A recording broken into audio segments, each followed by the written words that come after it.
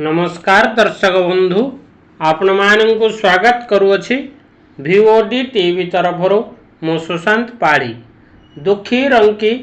नारायण सेवा कार्यक्रम इंग्राजी तारीख 21 जुलाई 2024 तारीख रविवार दिन निर्वाण ट्रस्ट गुणुपुर आनुकूल्य दुखी रंकी नारायण सेवा कार्यक्रम गुणपुर पुराणा बसस्टाण्ड पाख बाघुआ मंदिर निकटस्थ सरस एंग्लो विद्यालय प्रांगण में अनुष्ठित करा जाइछि।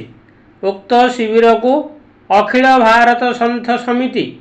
पूर्व भारत मंत्री अखिल भारत संत समिति ओडिशा संगठन मंत्री व निर्माण ट्रस्ट गुणुपुर अध्यक्ष स्वामी निर्माणानंद गिरी सभापतित्व उद्घाटित होइतिला। ट्रस्टर कार्यकर्ता प्रदीप कुमार पाढ़ी, विवेक कुमार दास, सुबुदी वेंकटराव, कतकटा वेंकटराव, गोविंद गोगारंगा, मनोज कुमार दास, सुजीत कुमार रथ, विजय कुमार दास, शिव प्रसाद बेहेरा,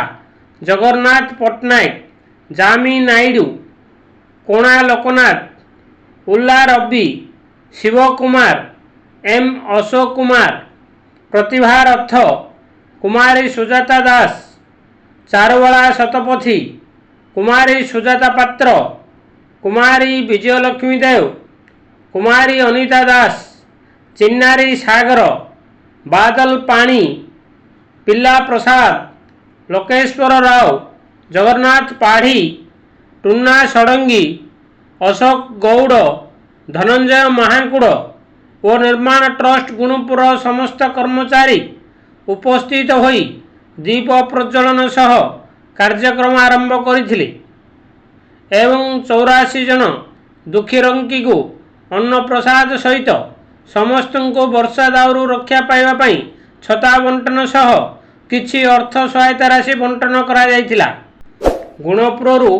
प्रशांत कुमार पाढ़ी रिपोर्ट भिओडी टीवी।